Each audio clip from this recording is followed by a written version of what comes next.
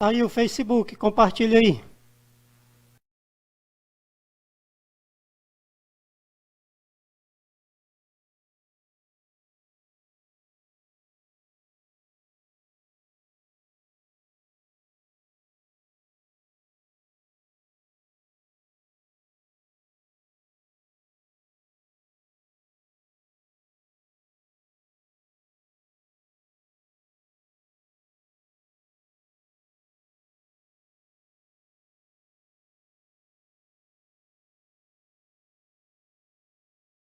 Só dou o aviso aqui.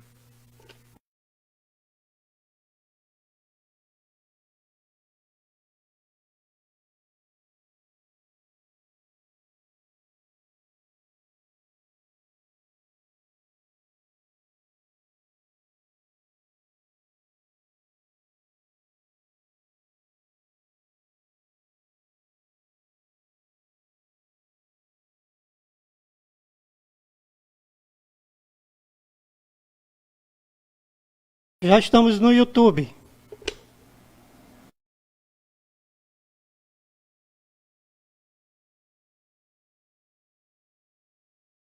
Você já tem o retorno do contador, é só tu virar a tela aí que tu vai ver.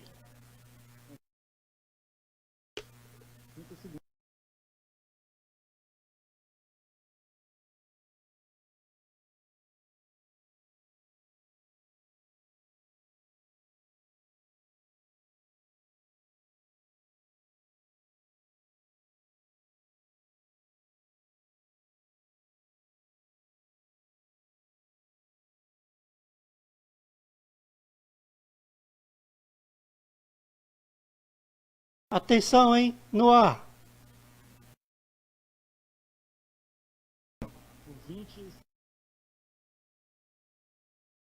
Acompanhando aí o nosso programa Bola no Rádio, edição número 34. O Bola no Rádio hoje vem diferente. Vamos fazer uma super entrevista aqui, um super bate-papo com o nosso grande técnico Sérgio Soares. E para bater o papo com ele, estamos aqui com o Diego Pereira, estamos aqui com o Wellington Silva e com o Ézio Rodrigues, na Rádio Classista, que é uma iniciativa da FETRAS, Federação dos Trabalhadores e Empregados do Comércio e Serviços do Ceará.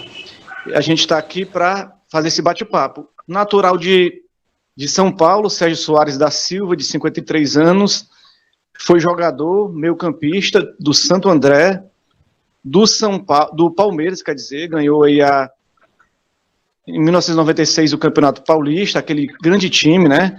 Foi treinador campeão cearense pelo Ceará em 2014 e pelo Bahia em 2015. Sérgio Soares, o Vozão é conhecido aí pela troca de técnicos constantemente. Se você deve estar acompanhando o Ceará, né? Há alguns anos. Mas em 2014, na sua passagem pelo Ceará, você conseguiu o tetra estadual, foi finalista da Copa do Nordeste.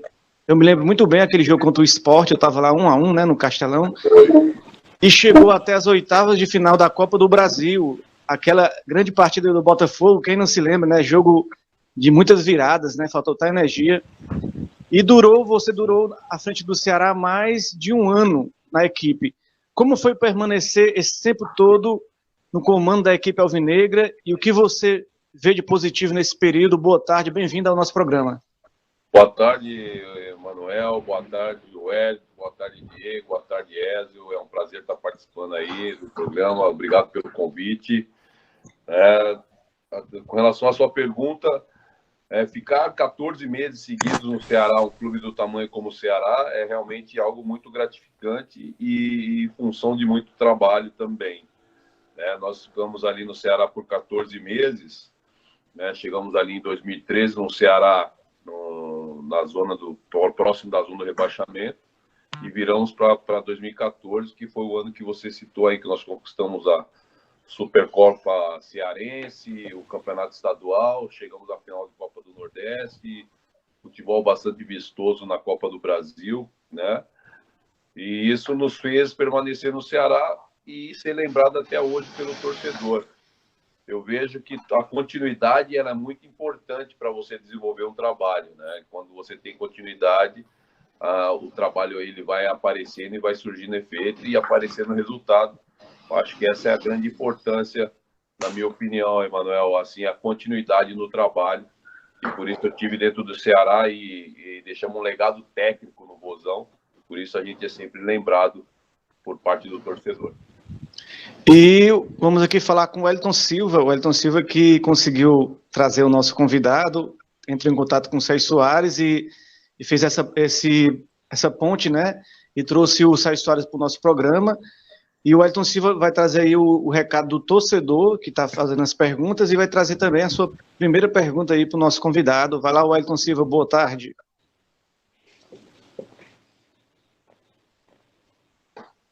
Estamos aguardando aí, Wellington. Liga o microfone, ele está com o microfone desligado. Cadê o Wellington Silva? Wellington Silva, liga o microfone aí. Tá. Oi, pegou? Pronto, fala aí, pode falar. Pronto, boa tarde mais uma vez a todos, boa tarde a todos da bancada, a todos os ouvintes. Felicitar o nosso querido Sérgio, né, do qual sou fã, né, do trabalho dele, todos nós, tudo que ele fez até hoje no futebol. Por enquanto, sem comentário ainda, já o torcedor começa a participar. Em relação à minha pergunta para o Sérgio, começar pelo Bahia, né, eu sou baiano, mas moro aqui em Fortaleza, tenho família aqui, já moro há 10 anos. Infelizmente, ele treinou o time que é meu rival, né, que é o Bahia, mas tenho um grande respeito, reconheço o trabalho. Espero que um dia, Sérgio, você vá lá para a Vitória. O Juninho está lá, né, tá ajudando a gente, conseguiu ajudar o time ano passado a permanecer na Série B, né? Mas espero que você um dia possa ter essa chance. Vou ligar para o Paulo Carneiro para ver se ele dá uma chance a você lá, para ajudar a gente lá, viu? Pronto, em relação ao Bahia, né, foram 62 partidas, 29 vitórias, 20 empates, 3 derrotas, né, foi demitido no empate contra o Paysandu. Na época você deu entrevista depois, ficou um pouco chateado, né, pela situação, porque você vinha bem de uma sequência boa e foi demitido de uma forma inesperada, né, porque o time não vinha produzindo mais, não teve boas contratações, e você teve outras propostas, né, inclusive do Goiás, e você pediu pelo menos uma garantia de permanência até o final do trabalho. E parece que o presidente Marcelo Santana foi meio inexperiente na época, ele tirou, você disse que em entrevista depois que se soubesse, pedia para dobrar a sua multa. Em relação a essa época, fica alguma mágoa? E se fosse hoje, o que você faria diferente no Bahia? Boa tarde, Edson. Foi um prazer falar contigo. Obrigado aí pelo convite, né? E através de você, eu estou aí participando do programa, um programa muito bacana, de pessoas capacitadas aí. Eu não tenho mágoa nenhum do Bahia, não, nem do presidente do Marcelo, até porque o Marcelo é meu amigo hoje, né? A gente tem uma relação de amizade. O que passou, ali no momento não foi oportuno, e ele mesmo disse também, já conversou algumas vezes comigo, que se fosse hoje ele não mudaria o treinador, né? Eu acho que talvez o primeiro mandato dele, né? Você acaba tendo que aprender na prática, né? Então eu não tenho mágoa nenhuma do Marcelo. A gente pegou o Bahia lá para construir o Bahia, né? O Bahia tem que fazer uma reconstrução.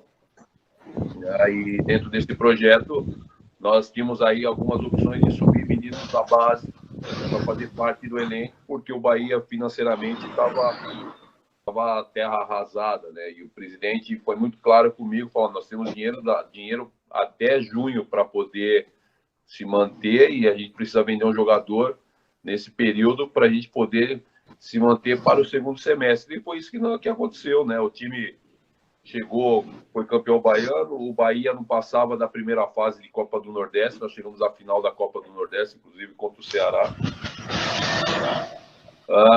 O time avançou, conseguimos aí trabalhar com alguns jogadores, né, da base. O Jean é o que todos mais, que dentro do futebol nacional é o mais conhecido por ter ido para o São Paulo, né? E foi um jogador que jogou Taça São Paulo, e a gente, um mês depois, o Jean era titular do Bahia, né, com 19 anos. Então, acho que o trabalho ele foi muito bem feito dentro do que a gente tinha de proposta. dentro do que nós tínhamos ali, né, que era se manter, não conseguimos contratar nenhum jogador depois do segundo semestre, perdemos o Tite, que o Tite foi para a Turquia, né? Então acho que dentro do planejamento a gente conseguiu, né, caminhar bem. É evidente que o time teve um declínio, né, mas assim o primeiro semestre do Bahia foi muito bom, é parecido com o do Ceará em termos de performance, de qualidade de jogo, dentro daquilo que eu acredito, né? E nós tivemos um declínio que é normal, mas era para retomar e dar uma arrancada para conseguir o acesso naquele ano, já que quando eu saí do Bahia naquele empate contra o Paysandu, a gente era quinto colocado, ainda faltava 7 rodadas, então daria perfeitamente para a gente alcançar o acesso naquela oportunidade. Então a passagem do Bahia eu classifico como boa, não tenho mágoa nenhuma, o presidente é meu amigo, o Marcelo, volta a falar, o Marcelo Santana é meu amigo, a gente conversa várias vezes aí ao longo desses 5 anos aí, depois que nós nos conhecemos. Então, é muito tranquila a minha relação com o Marcelo Santana e aí classifico a minha passagem no Bahia como satisfatória. Passar aqui a palavra para o Diego Pereira, pedir para o Orenilton reativar o som do Diego Pereira, para ele fazer a sua indagação aqui ao nosso convidado. Diego Pereira está preparado aí para fazer uma pergunta, né? É uma pergunta. E você que está acompanhando o nosso programa, você pode mandar dúvidas, questionamentos, perguntas aqui. É uma história de vida como profissional dentro de campo, como jogador, e também como técnico, né? A gente vai falar sobre isso. Vou passar aqui para o Diego Pereira. Você ativa aí o seu som, Diego Pereira, para você fazer a pergunta aí ao nosso técnico Sérgio Soares. Pode fazer, é com você, Diego Pereira. Boa tarde a todos. É um prazer estar falando com você, Sérgio. Eu queria saber de você como é que foi a experiência de fazer o curso da CBF e como você vê a atual formação dos treinadores no Brasil, atualmente. Boa tarde, Diego. Uma pergunta importante, né, para a gente abordar esse assunto também, que eu entendo o seguinte: o curso da CBF, eu fiz os 4 módulos, a licença A e licença Pro, né, e já finalizei. O curso da CBF ele é bastante válido, né? Em 2015, quando eu comecei o curso, eu entendo que naquele primeiro ano eu não tive assim uma boa impressão do conteúdo do curso, né? E isso aí que eu estou dizendo a vocês não é segredo nenhum, porque eu já disse ao Maurício e ao Oswaldo, que são os responsáveis pelo curso, né, que depois passou a ser da CBF. Já no segundo ano, o curso trouxe bastante conteúdo e nos subsequentes também, nas 2 licenças Pro, além dos profissionais que lá estavam. Na licença Pro, a gente tinha os 3 últimos treinadores da seleção, na verdade, o atual e os 2 últimos, né, o Tite, o Mano e o Dunga, fazendo o curso. Então, tinha vários treinadores, o Ney Franco, o Cuca agora recentemente, Tadilson Batista. Então, o curso, ele é um curso que te traz conteúdo e é válido, porque o treinador brasileiro, ele estava sendo cobrado para se capacitar, né? Então, nós buscamos capacitações, né? Nós buscamos se capacitar e o curso da CBF te propicia essa capacitação, né? Te traz conteúdo, trouxe alguns palestrantes importantes que eu acho que, né, um que eu dou sempre o exemplo é o Zé Guilherme, que é treinador da Sub-17 de Portugal e auxiliar na principal, né? Então ele trouxe um conteúdo interessante, né, que você consegue aplicar no seu trabalho. Então eu entendo que o curso da CBF ele é muito válido, né, e a licença Pro qualificou ainda mais, né, os conteúdos. Então é importante para que faça, é o que nós temos aí para desenvolver bem a nossa reciclagem, né, e com conteúdos interessantes. É válido e entendo também que além de você conseguir trazer conteúdos, a troca de informações entre nós treinadores e bater papo do que é o futebol brasileiro, isso é extremamente saudável também. É isso aí. O Wellington Silva, tem alguma pergunta do torcedor, alguma mensagem do torcedor, a participação do torcedor aí, antes de passar para o Ezio? Por enquanto, só alô aqui da Cristiane Luci, né, diretamente do Prato. Mandou: grande Sérgio, torcida alvinegra te agradece. A Valéria Pinheiro também está assistindo lá, diretamente do Prato. Abraço aí para a torcida do Ceará, né? Vamos agora ao nosso grande comentarista, tá se coçando ali para falar, é ele, o Ezio Rodrigues. Nossa, olha aí quem fala, mano. Pois é, aí boa tarde, ouvintes, né? Boa tarde, Sérgio Rodrigues. Eu, como o Hélio também. Sérgio Soares. O Sérgio, desculpa, porque nervoso, eu tô. Tá nervoso, homem. Não é nervoso, não, é porque eu errei mesmo. Sérgio, pois é, eu agradeço aí você ter aceitado o nosso convite, assim como o Hélio, que eu sou seu fã, você foi para mim um dos técnicos que, assim, revolucionou a forma do Ceará jogar, porque depois de tanto tempo o Ceará jogando com 3 volantes, você disse que o Ceará poderia atacar de um modo diferente, né? Então, eu agradeço aí. Então, Sérgio, aqui vai a minha pergunta, né? Sérgio, vê se você se lembra desse time aqui, que aí você me diz qual é o time, né? E o ano. Veloso, Cafu, Sandro Blum, Kleber e Júnior. Amaral, Flávio Conceição, Djalmin e Rivaldo, Miller e Luizão. Que time é esse, hein, Sérgio? Esse é o time de 96, o qual fazia parte, né? Quando o Amaral e o Flávio estavam na seleção pré-olímpica, jogava eu e o Galeano, né? Esse momento é um momento muito importante na minha vida, porque eu realizei um sonho de jogar no grande clube e tive o privilégio de jogar com essa galera toda que você falou aí. Pois é. Jogadores acima da média. Palmeiras de 96, né? O time máquina de fazer gols, né? Se hoje o Flamengo é uma máquina de fazer gols, em 96 o Palmeiras é uma versão dela. Exatamente. Pois é. Aí a minha pergunta veio numa entrevista que você fez, Sérgio, à TV Torcedores, que você disse que esse time do Palmeiras, né? Esse time teria condição de brigar por uma Champions League. Aí eu queria saber o porquê que você diz desse time ser capaz de conquistar um título que a gente sabe que é muito difícil, principalmente para os clubes lá da Europa, né? Não, eu vou te destrinchar tudo isso aí, Ezio. Se a gente levantar ali, ó, vamos por trás. Eu tinha o Cafu, que já era campeão mundial, né? Tinha o Kleber, que jogava na seleção, tinha o Veloso, que jogava na seleção, tinha o Júnior, que futuramente seria campeão mundial, tinha o Flávio, que poderia jogar, já foi convocado várias vezes para a seleção, o Amaral várias vezes para a seleção, o Djalma, infelizmente, não foi para a seleção de 2002 ser campeão mundial por causa daquele episódio que ele teve no La Coruña e o Filipão tirou ele da seleção. O Rivaldo futuramente seria campeão mundial, o Luizão seria campeão mundial e o Miller já tinha sido campeão mundial. Então a gente tinha, e mais ainda, nós tínhamos o Roque Júnior, que fazia parte do elenco, que também seria campeão mundial, junto com o Marcão, que era reserva do Veloso. Por aí você vê, são jogadores que têm potenciais, né? O potencial de cada atleta o qualifica a brigar por uma Champions. É um jogador de seleção brasileira, jogadores campeões mundiais, e ainda tinha jogadores com capacidade, o Paulo Isidoro, que eram as opções, o Alex Alves, né? Tinha o Cláudio Zagueiro, tinha o Elivelto, né? Então a gente tinha um elenco que tinha um comandante gigante, né? Que é o Vanderlei, na minha concepção. Por isso que eu disse que o Palmeiras de 96 ele teria condições de brigar assim por uma Champions. Por isso que eu acabei de citar, teve jogadores campeões mundiais do Palmeiras, futuros, né?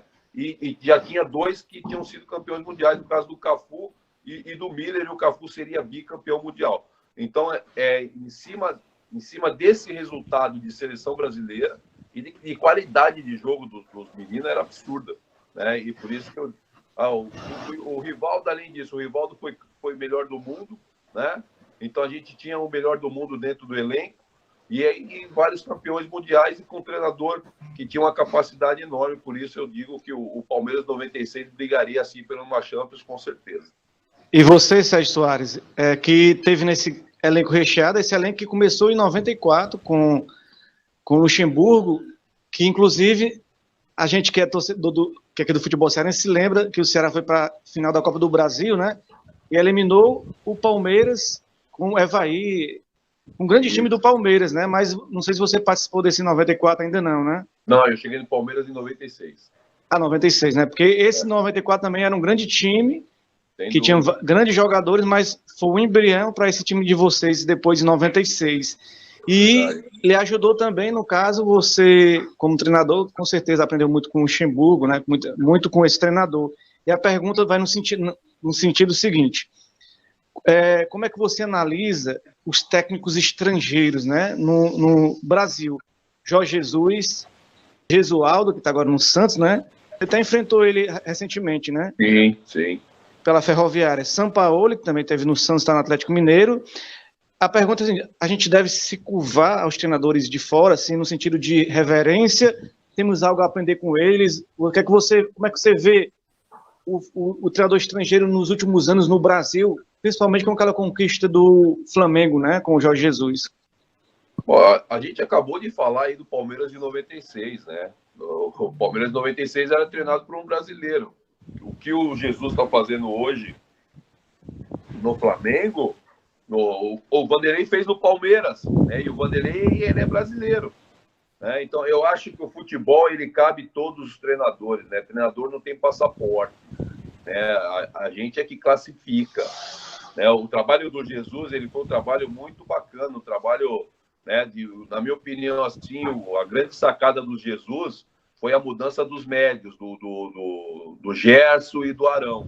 Que a linha ofensiva seria aquela mesma, né? A hora que o Arrascaeta entrasse em forma, ele joga pelo lado esquerdo, né? O Bruno Henrique é o da profundidade e o Gabigol que vem negociar e o Everton trabalha aqui por dentro. A chegada do Rafinha, do Felipe Luiz e do Mari, né, deu uma consistência defensiva, porque são jogadores que trabalham com essa linha de quatro mais sólida, mais postada.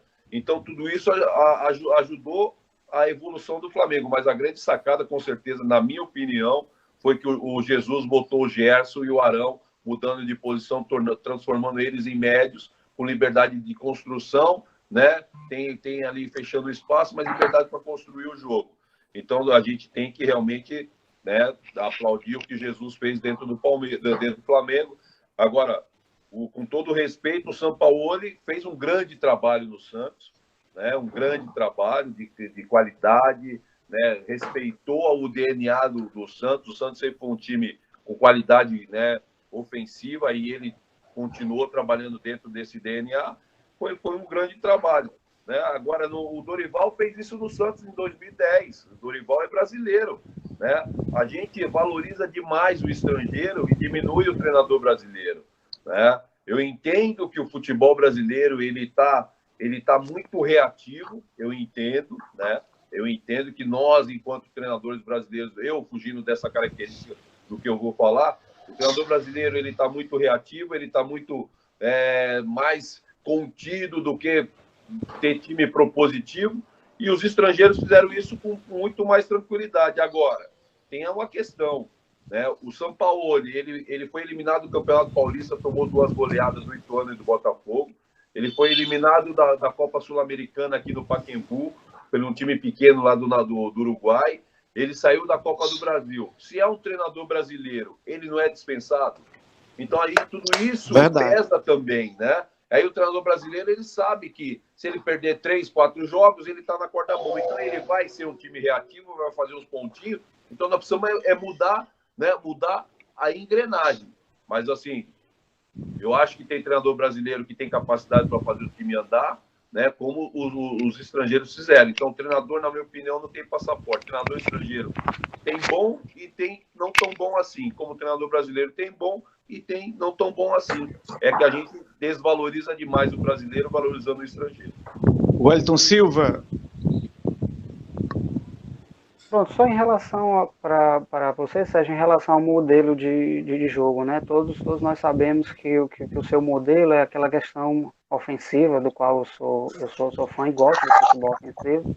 E o modelo de jogo, tanto de muitos times brasileiros e do time do mundo, né? É essa formação nova, né? Que é 4-2-3-1, ou você varia por 4-1-4-1. E eu queria que você falasse em relação a um treinador daqui, que é o Rogério Ceni, né, que vem tendo sucesso com o Fortaleza, com esse modelo. Às vezes ele varia 4-2-3-1, 4-1-4-1, só que ele costuma utilizar na sua linha de frente, nos seus 4 homens de frente, são 4 atacantes, né? Ano passado ele usou o Oswaldo numa ponta, Romarinho, o Wellington Paulista e o Adinho. Esse ano ele vem usando mais o argentino Mariano Vasquez, fazendo aquela linha de meio ali, chegando mais, aproximando o ataque. E ele joga muito ofensivo em todos os lugares, sendo aqui ou sendo fora. Contra o Independente da Argentina, a gente viu ele jogando dessa forma lá e merecia ganhar. Ganhou aqui, né? Eu queria que você dissesse o que você acha desse modelo de jogo dele e se você utilizaria contra um exemplo, contra o Flamengo, né? Esse modelo de jogo, já que o meio pode ficar aquele buraco, né? Ô, Wellington, o que eu vejo é o seguinte, o modelo de jogo, ele é muito relativo, né? Você precisa, dentro desse modelo, né, exercer as funções, né? Não é posição, é função, né? Dentro do modelo de jogo, cada um tem a sua função. O Rogério, ele trabalha com 4 homens ofensivos, mas e a função desses atletas? É isso que a gente tem que entender, né? Sem a bola, qual é a função deles? Com a bola tem a verticalidade? Tem, são verticais, são transição ofensiva, são. E sem a bola todo mundo recompõe. Então, a função do atleta dentro do modelo de jogo, ela é muito importante. Então, eu vejo assim, o Rogério, ele tem esses 4 homens com características de velocidade, de ofensividade, de transição vertical, porém, a função deles sem a bola é de recomposição, de fechar espaço e não deixar o adversário jogar. Quando você tem esse comprometimento, cara, você pode jogar, né? Não é que o meio fica com buraco, né? Você pode trazer um cara por dentro, você preenche espaço, você tem aproximação, você faz a compactação das linhas, aí não tem mais espaço. Futebol, na minha opinião, assim, ó, é ocupação de espaço.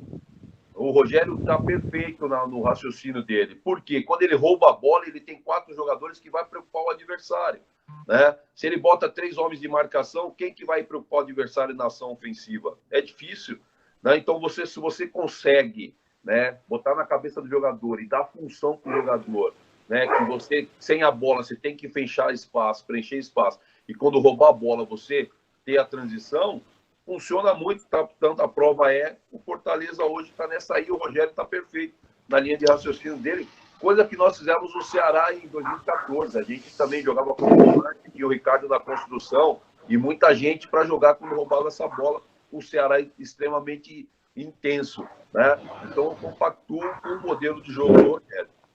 Diego Pereira. E aí não só faltou contra o Flamengo, né? Contra o Flamengo. Valeu.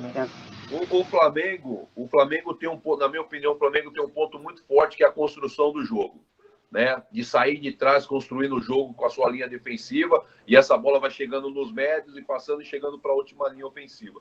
Então, se o ponto forte do Flamengo é a construção, você tem que fazer, não digo o tempo inteiro, mas você tem que neutralizar o ponto forte do Flamengo, que é essa bola, né? É diminuir a construção do jogo. Se eu jogo contra o Flamengo, eu de verdade, no Maracanã ou em casa, a marcação é lá em cima, vai desgastar meu time, mas a marcação tem que ser lá em cima para você neutralizar o ponto forte dos caras. Wellington, tem alguma mensagem aí do torcedor? Tem, Lucineide Alves, por sinal minha mãe, né? Mandando boa tarde, galera. Grande Sérgio, acompanho você com o Vozão e com o meu querido Bahia. Grande técnico, um abração. Aí ela mentiu porque ela torce Vitória, né? Não sei porque ela botou Grande Bahia. Né? Mas nessas horas, né? É só mandando um abraço aí pro nosso querido Sérgio. O outro, Carlos Gomes, para mim, melhor treinador que o Ceará já teve. Obrigado. Então, Diego Pereira. Sérgio, a gente sabe que a vida do técnico brasileiro nos clubes é muito instável, né? 3 derrotas seguidas, 5 jogos sem ganhar, já se pensa em demissão, né? Eu queria saber de você, quanto tempo você acha que é necessário para um treinador desenvolver suas ideias no clube, né? Mostrar seu trabalho. A verdade, né, para você é muito em cima de resultado, né? Você precisa apresentar resultado de imediato.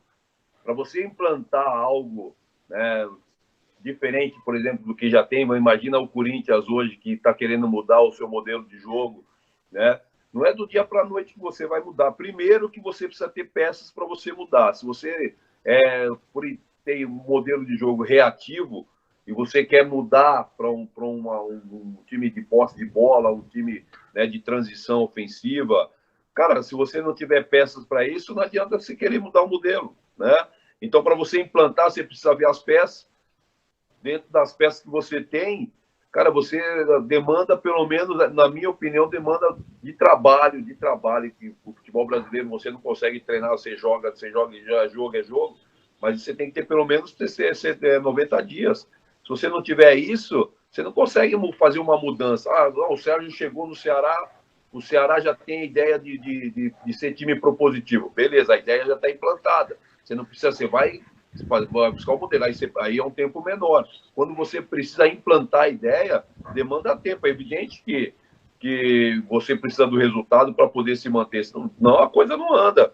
Mas eu entendo que no mínimo 90 dias para você implantar, né, para que você tenha o seu modelo de jogo implantado, as suas ideias fixadas na cabeça dos atletas, demandam tempo. No meu modo de ver, são 90 dias, mas a gente tem que otimizar esse tempo, porque o futebol brasileiro não permite tudo isso, né? Você tem que otimizar e fazer resultado para ir ganhando tempo, para ir trabalhando, né?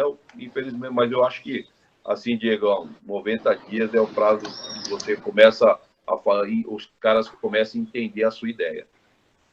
Isso aí, ó. O Sérgio Soares está respondendo aqui perguntas quando ele era jogador, quando fez curso da CBF, técnico do Ceará, do Bahia. A gente estava fazendo aqui uma salada mista para mexer com a cabeça do Sérgio. Ele responde tudo na hora. Ele tem uma cabeça boa, inteligente, é um cara realmente que tem aquela pegada mesmo da entrevista. E por isso que eu vou passar agora para o Ezio Rodrigues fazer mais um questionamento, Ezio, é com você. Ok. Sérgio, eu só aproveitando aqui, né, eu quero passar aqui uma mensagem que a gente, né, trabalha com as comunidades do Face, né, para a galera assistir e acompanhar, né, essa entrevista. E o Jackson Farias, né, ele falou que você é um dos melhores treinadores que ele já viu treinar o Ceará. Aí é o torcedor do Ceará mandando né, aquela calorosa, né? Obrigado, Ezio. Eu falo sempre o seguinte: nós deixamos um legado técnico no Ceará. A nossa passagem foi deixado um legado técnico. Nós mudamos o jeito do Ceará jogar, do jeito que o torcedor gosta de jogar, dentro das minhas ideias, né? Então, esse carinho todo do torcedor é em cima de tudo isso que nós fizemos. O Ceará deixou de ser um time reativo para ser um time propositivo e do jeito que a galera gosta. Então, obrigado aí por todo esse carinho aí. Pois é, os torcedores falando.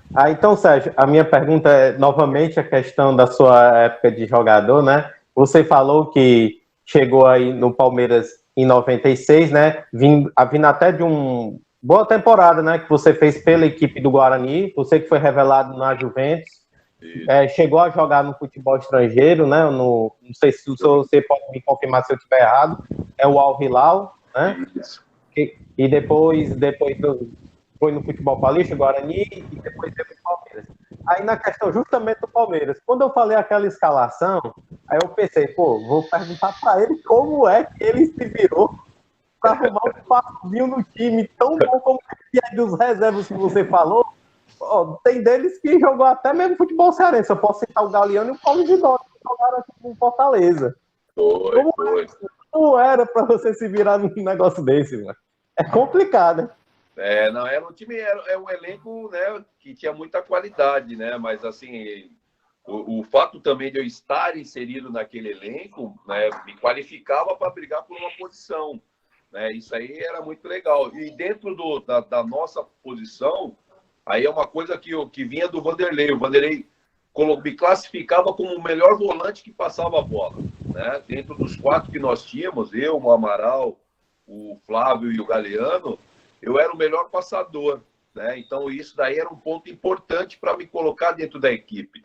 E quando o Flávio e o Amaral estavam na seleção, jogava eu e o Galeano. Então a gente sempre, né, aumentava o nível de competitividade entre nós, até porque eu e o Galeano estavam atuando bem, e os meninos voltavam na seleção e tinha que jogar bem, porque a gente estava ali no encalço dele. Então isso daí fez crescer cada vez mais a briga dentro do setor. Mas a qualquer momento poderia ser possível você ganhar uma vaga, né? Porque se eles tivessem um declínio, a gente estava pronto para assumir a posição do setor. E você, Sérgio Soares, você foi um jogador, né? Como o Ezio tá focando na sua parte de atleta, Mas você fez aquela transição diretamente para ser treinador do seu time do coração. Esse coração que eu digo que você atuou, que gosta de você, que é o Santo André, né? Isso. A torcida do Santo André, ele considera como um dos melhores técnicos lá que teve por lá. Eu destaco aqui sua passagem como técnico. Em 2008, você foi vice-campeão da Série B do Brasileirão. Com o Santo André, teve um jogador especial que foi o Marcelinho Carioca, né? Você acabou dirigindo esse jogador, que é um jogador realmente especial, mas você maltratou um pouco os times cearenses naquela época, né? Duas vitórias em cima do Ceará de 3-2 e uma em cima do Fortaleza de 3-0, se não me engano aqui. Não me lembro a outra, mas uma que o Marcelinho Carioca, inclusive, fez gol. Como era dirigir esse elenco dessa época, os destaques, além do Marcelinho Carioca, a equipe do Santo André, que foi realmente grande. Depois você saiu direto, deixou o Santo André para ir para a Ponte, não sei se é isso. Foi, 2009, isso mesmo. E por que você deixou, né, o Santo André tão por cima, né?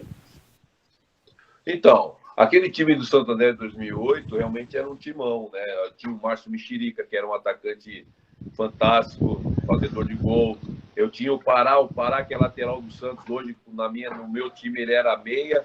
O Pará foi para o Santos e aí o Jefferson assumiu a posição. Eu tinha o Maicon Leite, que era opção, né? Eu tinha o Williams, que depois o Williams foi para o Flamengo. O Fernandão, que jogou por muito tempo, né, era o volante. O Neneca era o goleiro, o Cicinho lateral direito, ora ele, ora Alexandre.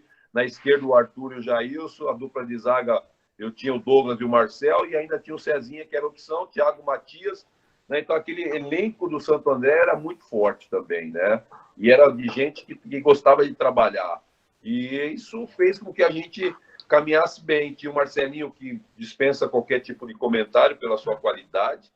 E o Santo André caminhou muito bem naquele ano. A gente fala que a gente foi campeão, porque o Corinthians foi o primeiro, né? E o Corinthians ganhou com um orçamento muito acima do nosso, né? A gente terminou em segundo lugar, né? Fazendo vários jogos aí, como você citou. Nós ganhamos do Fortaleza 3-0 no Bruno, né? O jogo de volta aí no Castelão nós perdemos 2-1, e o Paulo Isidoro inclusive fez um gol. E as duas partidas contra o Ceará nós ganhamos de 4-2 no Bruno e ganhamos de 3-2 no Castelão. Isso, realmente. E onde nós confirmamos o nosso acesso, que foi no jogo do Castelão contra o Ceará, que nós ganhamos de 3-2, que o Marcelo fez um gol, o Marcelinho fez um gol, e o Jefferson fez um golaço lá, chapando a bola, fazendo 3-2. Né? Aquele ano nós tivemos alguns jogos muito significativos. Ganhamos de 5 do Barueri, ganhamos de 4 do Gama, ganhamos do Bahia de 4-1 em Feira de Santana. Então era um time dentro da minha ideia de jogo, né? Ser um time propositivo. Conquistamos o acesso, recebi uma proposta da Ponte, e por isso que eu saí e fui, né, para outros ares aí, para a Ponte Preta, que também é um grande clube. O Elton Silva. Vamos lá, em relação à questão de pagamentos, né? A gente vê como muitos clubes têm esse problema, né, no Brasil, se endividam muito.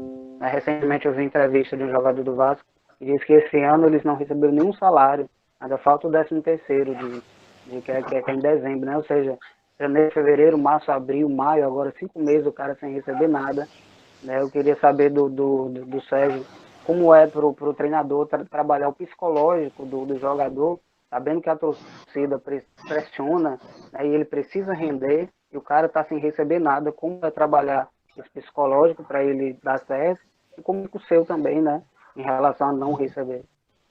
É muito difícil você poder cobrar do jogador, né, uma boa performance, né, sendo que não é um mês de salário, né, um mês de salário você ainda, né, um mês, 2 meses, você consegue ainda, né, entrar dentro da cabeça do cara e fazer com que ele produza, né, para que venha o resultado e naturalmente você consiga sair dessa situação, né, fazer com que o clube tenha aí, o torcedor começa a comparecer, você ganha jogos, tem arrecadações, e é desta forma que a gente tem que procurar trabalhar. Agora, 5, 6 meses de salário atrasado, né, chega no momento que é difícil, até porque a esposa cobra, né, precisa de alguma coisa para você comprar, e aí não tem, porque ninguém vai eu falo, eu jogo no Vasco e dá 1 quilo de carne, ninguém te esquece, né, você tem suas contas, aí começa a cabeça do cara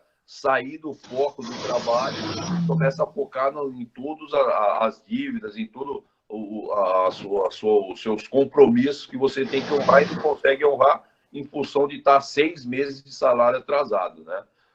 É difícil. Você tem que sempre estar sentando com o presidente e tentando, né, minimizar o máximo possível essa situação.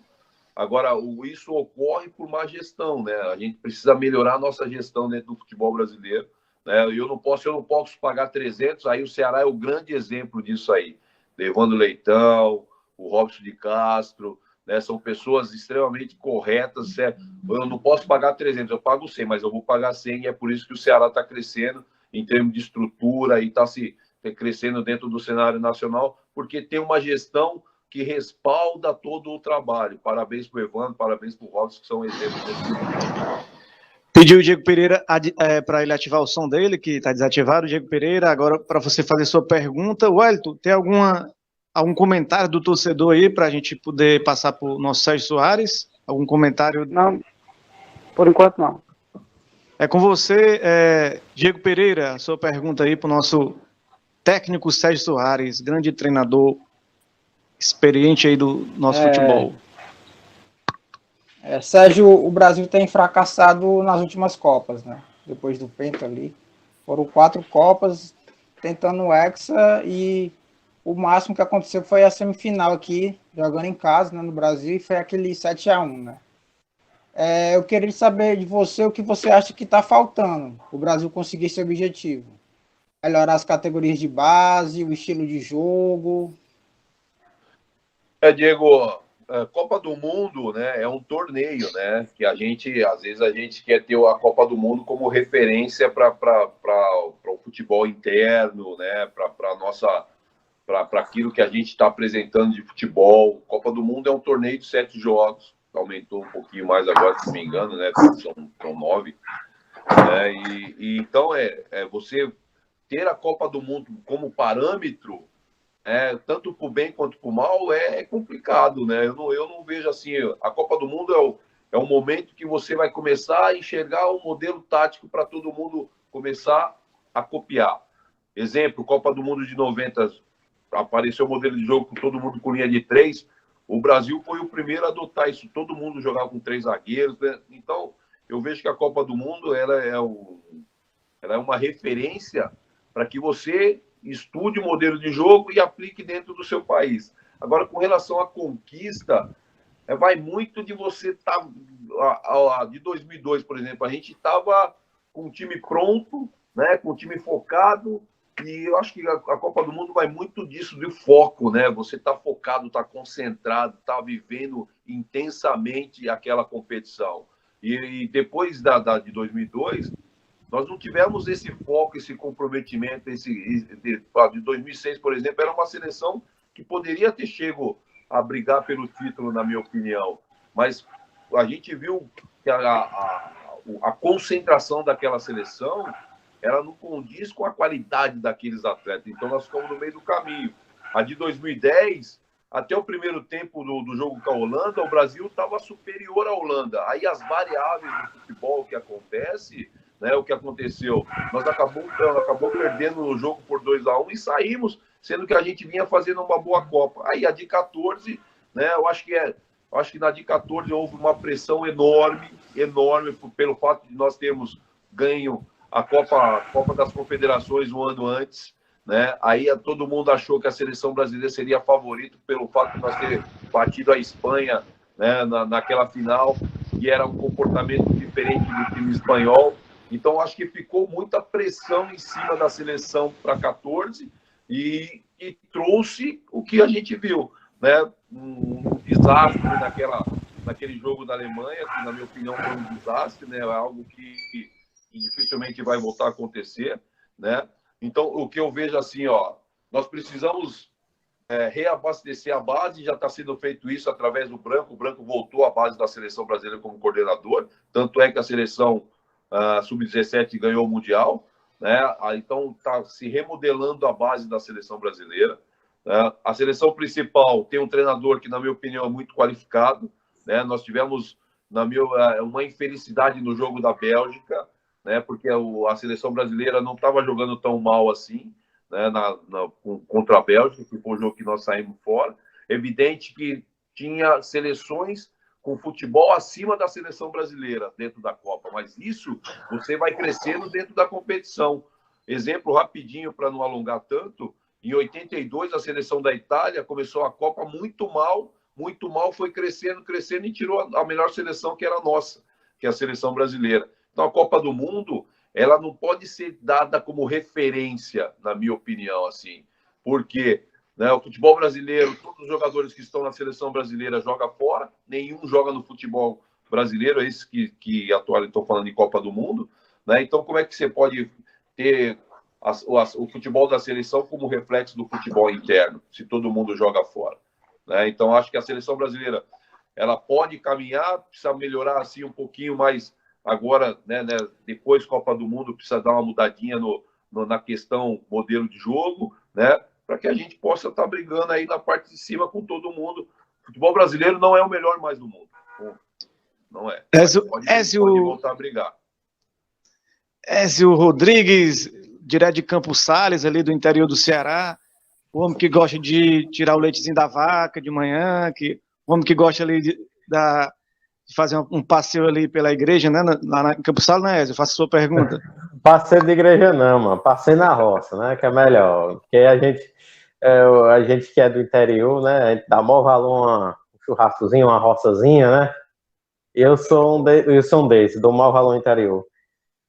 Voltando, Sérgio, né? O tempo de Santo André, né? Que eu vou estar falando aqui. Na época que você estava lá, encerrando a sua carreira, né? Aí em 2004. Durante as disputas da Copa do Brasil, né? Que foi para até mesmo um grande título do Santo André, foi justamente a Copa do Brasil em cima do Flamengo do Maracanã.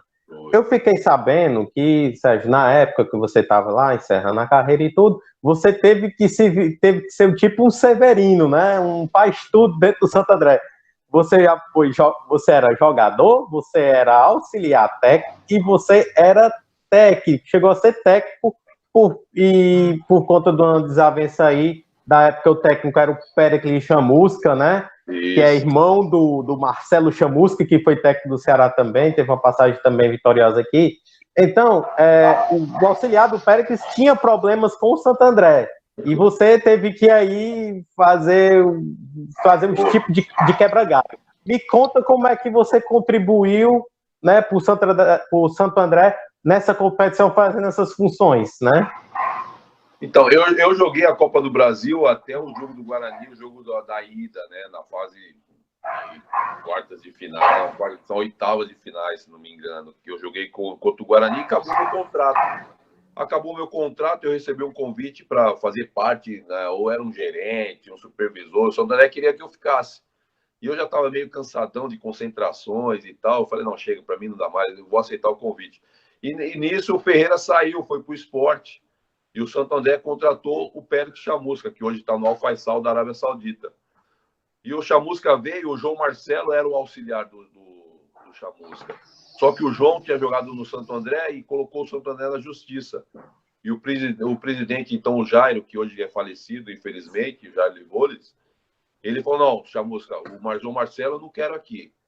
Ó, tem o Sérgio aí, o Sérgio pode te ajudar, mas o João Marcelo não quer. E aí foi que acabei ficando como auxiliar do Chamusca, né, naquela situação que a gente ia estrear contra o Palmeiras, o jogo no Bruno, o jogo ficou 3-3, depois 4-4, e aí o Chamusca no jogo do Palmeiras na volta foi expulso, e teve que cumprir suspensão contra o 15 do Mano Menezes, né, e aí eu passei a ficar na área técnica. Fiquei no jogo do 15 da ida, fiquei no jogo da volta, o primeiro jogo do Flamengo da final, e no jogo do Maracanã eu não tinha comunicação nenhuma com o Chamusca, porque estava uma confusão lá em cima, que os caras não queriam deixar o Chamusca participar, e por isso eu tive uma ação efetiva como treinador naquela final, e onde a gente fez uma parceria fantástica, que a gente conquistou esse título tão importante para nós profissionalmente e para o Santo André. Muito bonita aí essa história aí. Eu também estava em dúvida sobre essa história, se você tinha participado como jogador, como técnico em 2004, né? Mas agora, esclarecendo para o torcedor, esse momento que todo mundo se lembra do Santo André chegou até a final aí, chegou longe, né? Chegou longe e ganhou o título em cima do Flamengo. Wellington Silva, ativa aí o teu microfone para poder tu trazer alguma informação aí do torcedor, trazer alguma informação, se tem algum comentário do torcedor, que eu vou fazer minha pergunta. Mas tem algum comentário aí, Wellington?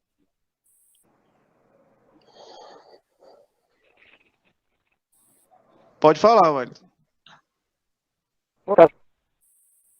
Tem algum comentário do torcedor? Não, por enquanto. Não, então vamos lá. A minha pergunta é o seguinte: dos clubes que você passou, Sérgio Soares, qual foi aquela equipe que você teve mais, assim, achou mais interessante a estrutura, o projeto, a torcida? Qual foi aquela equipe que lhe marcou mais, que você se sentiu mais à vontade em trabalhar em todo esse sentido, com a diretoria, com a torcida, com os projetos? Como é que você se identificou mais? Qual foi a equipe que lhe identificou mais em relação a tudo isso que você trabalhou? Com certeza, o Santo André, apesar de não ter estrutura, né, não ter uma estrutura assim bacana, o Santo André eu me identifico muito, né, com a diretoria, né, com o torcedor, né, e é uma identificação muito grande. Agora, assim, o Ceará foi assim, o Ceará hoje tem uma estrutura melhor do que tinha quando eu cheguei, né? A gente acompanha e vê que o Ceará cresceu muito nesse sentido e eu fico muito feliz, né, de ver o Ceará, né, nesse crescimento, nesse processo. Com certeza, a empatia que teve Sérgio, torcedor, diretoria, foi a melhor possível, né? O Ceará, com certeza, né? Com o Evandro, com o Robson, o torcedor, o carinho do torcedor, né? Não só nos jogos, quando eu estava transitando, fazendo alguma coisa nas ruas, né? O torcedor do Ceará me tratava com carinho imenso. Então, nessas três vertentes, diretoria, estrutura e torcedor e torcida, com certeza o Ceará foi que marcou muito, né? Até pelo tempo que eu fiquei por aí. Eu trabalhei no Atlético Paranaense, que tinha uma estrutura absurda. A estrutura do Atlético Paranaense, ela é fantástica, assim, um absurdo de estrutura. Me dava super bem também com o presidente, que na época era o Marco, não era o Petralha, né? Me dava super bem com ele, com o seu Valmor, né? Mas, assim, eu fiquei pouco tempo no Atlético, então não deu para juntar essas três junções, né? De torcedor, de diretoria. O Atlético tem tudo isso, né? Tem estrutura, tinha uma diretoria fantástica que a gente dava super bem, né? E agora a empatia com o torcedor não deu para ter, porque fiquei pouquíssimo tempo, fiquei 6 meses no Atlético, mas o Ceará não tem nem comparação. O Bahia também tem uma estrutura legal, o Fazendão, hoje está na cidade tricolor, né? Mas com certeza a sinergia e a empatia, a do Ceará fica em primeiro lugar, não tem junto com o Santo André, não tem a menor dúvida. Essa equipe aqui é suspeita falar, porque tem muito torcedor do Ceará aqui, não vou dizer quem é, né? Mas tem alguns torcedores do Ceará aqui na casa, comentando aqui, deixa para lá, depois ele se identifica. Wellington Silva, sua pergunta aí para o nosso querido Sérgio Soares. Pronto, sou eu, mais um. Sou Ceará, todo mundo sabe. Inclusive a pergunta em relação a este momento, né? Que aquele Copa do Brasil 2014, você já vinha aí, né? Tá picotando. Tá picotando, Wellington, mas tá perguntando sobre a Copa do Brasil aquela que... Oi. 2014, né, Wellington? Fala aí, pode falar. Pronto. Do Brasil, né? Já vinha bem na Praia de Santa, foi o que não era aquele time, ela não merecia perder, inclusive jogo com a Cristiano. A gente sempre costuma sair um pouquinho antes para não ter aquele garrafamento. Quando eu vi que o Ceará estava 3-2, estava bem, a gente porque estava tranquilo, né? Ouvindo, né, no rádio e tal, eu falei, matou. Ficou aquela vez que foi a maior dor. Você nunca passou por isso. Como vocês ficam... É porque cortou um pouco, mas deu para entender que a pergunta em relação àquele jogo do Botafogo, né, Sérgio? Deu para entender. É verdade, aquele jogo do Botafogo são coisas do futebol, né? Que só o futebol pode explicar. O jogo teve variáveis, né? Mas chegou no momento do jogo que, como o Wellington falou que foi embora e estava tranquilo, eu te digo assim, não estava tranquilo, eu estava atento, né? Mas quando houve o empate, nós saímos com a bola e já estava para acabar. E o Magno optou em bater no gol para fazer o gol. O que acontece? Que se o Magno leva a bola para o pau do escanteio, aí o jogo acabaria. Mas a tomada de decisão dele foi de fazer o gol. Se faz o gol também, matava o Botafogo. Então ali foi uma decisão, né, rápida que o Magno teve, que ele entendeu que tinha que se projetar para fazer o gol. Realmente foi algo assim que me deixou sem dormir. Eu fui dormir 6 horas da manhã depois daquele jogo, né? Mas é coisa que acontece só dentro do futebol, são variáveis que acontecem dentro do futebol. A gente lamenta por tudo que a gente vinha performando dentro daquela Copa do Brasil, de qualidade de jogo, que a gente não ter avançado, que pegaria o Santos e conquistado aí. Com certeza o Ceará chegaria a uma situação importante naquele campeonato. Aquele jogo foi muito emocionante, realmente. Estava acompanhando aquele jogo. Pedi só para o Wellington, se tiver algum problema, tu entra e sai de novo dessa nossa transmissão, que dá certo, fica melhor. Tu entra e sai de novo. Tem algum comentário aí? Por enquanto não, né? Agora eu vou passar para o Diego Pereira fazer a pergunta dele aí para o nosso técnico Sérgio Soares. Diego Pereira, com você aí. Sérgio, atualmente a gente vive um momento muito triste, que é a pandemia do coronavírus, né? Paralisou muitas coisas, inclusive o futebol. E isso tá uma coisa muito imprecisa, né? É uma coisa que ninguém tem como controlar, né? Que é a expansão dos casos, né? Os óbitos. E o que você pensa, assim, do retorno do futebol nesse momento, né? Tem gente que é a favor que volte daqui a 1 mês, 2 meses. Tem gente que já pensa em 3, 4 meses, né? Por exemplo, na Holanda já foi decretado que até setembro não tem futebol. Na França até agosto. O que você pensa do retorno do futebol nessa situação? O que eu vejo assim na Europa é até em função do calendário, né? O calendário europeu, ele terminou agora, né? Então, para eles anunciarem que o campeonato, que o futebol só voltaria em agosto ou setembro, né? Tá dentro do início do calendário deles, né? Eu acho que até aí é normal, não tá nada de falar, os caras estão se prevenindo. Não, eles estão dentro do início da temporada que vai voltar o futebol. O que eu vejo... Porque foi uma decisão do governo, assim, da França e da Holanda. Tá. Mas ainda mesmo assim ainda fica para pé próximo do início do calendário. Mas eu entendo, assim, Diego, que a gente só pode voltar ao futebol se tiver realmente garantia de que não vai ter nenhum prejuízo com relação à vida humana, né? Eu acho que a gente não pode botar em risco o profissional do futebol, que a gente tem que entender que o profissional de futebol é um ser humano também, né?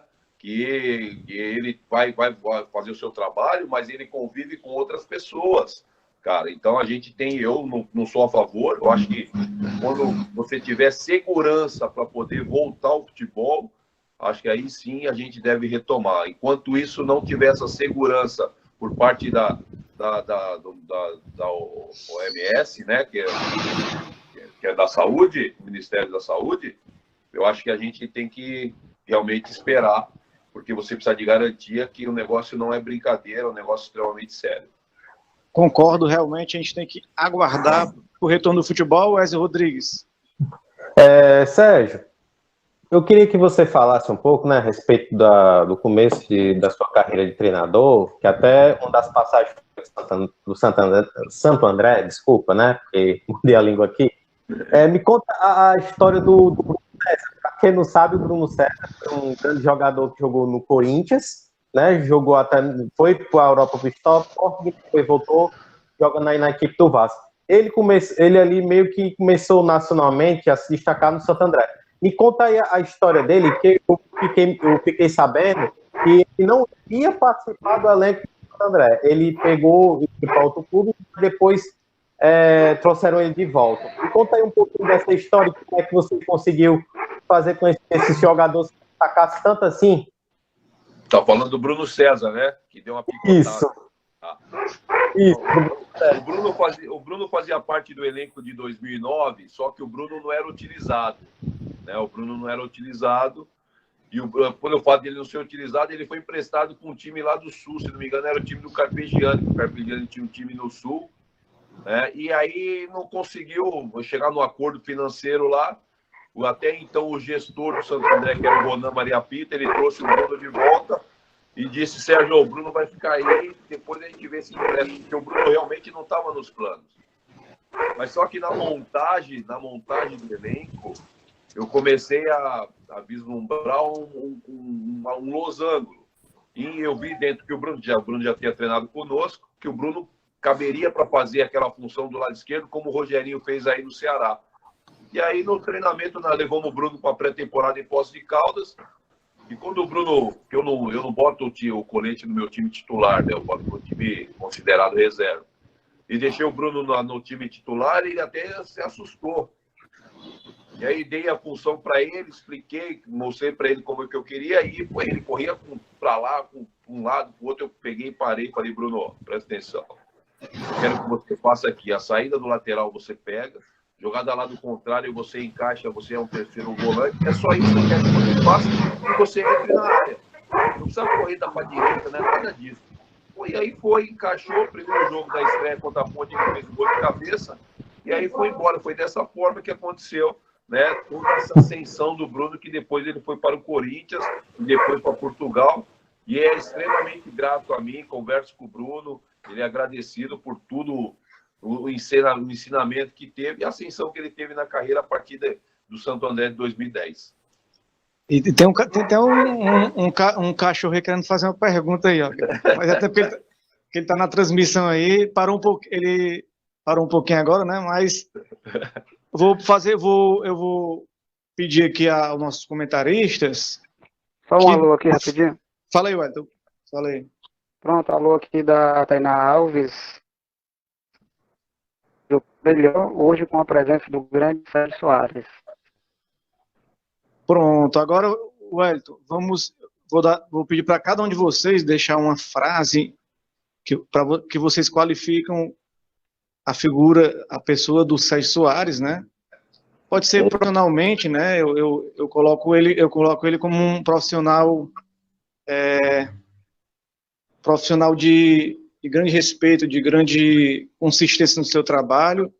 Eu vou botar assim, eu vou colocar a palavra organização, que eu acho que o trabalho do Sérgio Soares se define como organização. Eu vou passar para você, Wellington, como é que se define o Sérgio Soares, o trabalho dele? Mandar um abraço para a Tainá e agradecer a participação dela. Ah, tá bem, realmente a Tainá tá para irmã do Wellington. Falei, Wellington. Eu coloco como um trabalho de ter uma visão diferenciada dos outros técnicos, né? Não tem as oportunidades que ele tivesse, mas eu desejo toda a sorte do mundo e que ele tenha novas oportunidades em grandes clubes, né? Deixo a minha frase, que não importa a cor do céu, é você, né? E Sérgio, por mais dificuldade que ele tenha, ele sempre está sorrindo, solícito, feliz. Pode ser o que então, por isso a dificuldade é você ou quem faz você. Então, por isso, eu desejo tudo de bom na sua carreira e pro né? Obrigado, Ed. Obrigado. Vamos passar aqui para o Diego. Diego, a sua mensagem, a sua palavra, pedir para o Oranilton aqui ativar os microfones, que aqui acolá o Oranilton, se vocês perceberam na transmissão, ele desativou o microfone, porque aqui acolá tinha algumas interferências no som, né? Para não atrapalhar. Mas aí, Diego, fala aí sua mensagem para o nosso técnico Sérgio Soares. Eu gosto muito do trabalho dele, assim. Eu me lembro muito do tempo do Ceará, né? Eu sou o único que não torce Ceará na bancada, né? Será? Time. Mas eu me lembro bem daquele time 2013, 2014. Meu pai gostava muito, meu pai é Ceará, já acompanhava muitos jogos, né? Foi uma pena realmente não ter conquistado o acesso, né, 2013, né? Naquele último jogo, foi uma pena mesmo. Eu faço educação física atualmente, eu quero ser treinador. E é um dos caras que eu me inspiro, assim, né? Pelo jogo ofensivo, né? Pela visão ofensiva do jogo, né? Que você não tem que ser só reativo, né? Você tem que se preocupar com o momento ofensivo, você tem que propor o jogo, né? E eu gosto muito de times que propõem o jogo, né? É claro que nem sempre dá, né? Nem sempre é possível, né? Alguns elencos é mais para um jogo que você tem que esperar e sair no contra-ataque, outros já é de você fazer uma transição rápida, né? Mas é isso mesmo, é agradecer pela entrevista aí, foi um prazer falar contigo, te desejar sorte aí na carreira. E que um dia aí, cara, se der, volta pro Ceará, porque a torcida te ama. Valeu, obrigado. É recíproco. Valeu, Diegão. Ézio Rodrigues, cadê? Vamos ativar o som do Ézio Rodrigues aí, Ézio? Ativa teu som que tá sem som, pronto. Dá a tua mensagem aí pro nosso querido Sérgio Soares. Para mim, eu acho que eu só tenho a agradecer ao Sérgio por nos atender essa entrevista, né? Para mim, ele é um dos técnicos, assim, que nessa última década fizeram com que o Ceará tivesse uma proposta de jogo diferente, né? Eu posso classificar ele como um dos melhores técnicos, junto com o Lisca e com o Marcelo Chamusca, né? Para mim, foram os 3 melhores técnicos. Ele pela de ser sempre ser uma pessoa muito, para mim, o caráter do Sérgio Soares é a melhor forma de mostrar, né? O cara que sempre foi sincero, chegou tanto para a imprensa como a gente como também para os jogadores. Quer dizer, é um cara que para mim ele é muito honesto, muito solícito, e isso cria uma empatia não só com os times que ele treinou, mas também com os torcedores. Você hoje vê que tem tido alguns problemas no Ceará, teve, né, antigamente, ainda o torcedor tem aquele carinho pelo Sérgio Soares. Então, eu digo assim, o meu muito obrigado, espero um dia vê-lo comandar novamente o Ceará. Então, essa é a minha palavra que eu transmito aí para você, grande Sérgio. Obrigado, Ézio. Obrigado, filho. E também pediu o Elton Silva para ele ver se tem ativar o som dele aí, né? Tá com o som desligado, para ele ver se tem alguma mensagem do nosso torcedor que está acompanhando aí nossa live, né? E pediu o Elton para ver se tem algum recado aí para o nosso técnico Sérgio Soares. Não. O Orenilton é o nosso técnico de som, ele tem uma mensagem aí. Fala aí, Orenilton.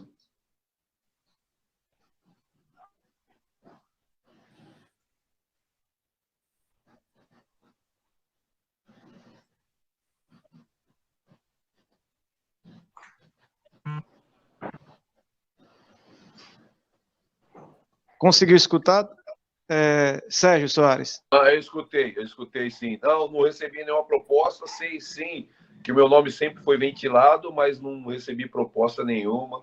Né? Infelizmente, ainda não recebi essa proposta, mas eu sei que um dia eu vou voltar para o Vozão, tenho certeza disso, por todo esse carinho que o torcedor tem para comigo. E vai ser o maior prazer. Hoje o Ceará está muito bem servido de um grande treinador, que é o Guto, mas eu sei que no futuro a gente possa ter a possibilidade de voltar. Eu queria agradecer a sua participação e fazer uma última pergunta, a questão da sua passagem pela Ferroviária, né, que você estava no comando do time e de repente saiu, não sei se você foi decisão sua, foi como um acordo, qual que aconteceu, né? Então, obrigado pelo convite, obrigado pela participação, foi show de bola, o papo muito, muito saudável e agradável.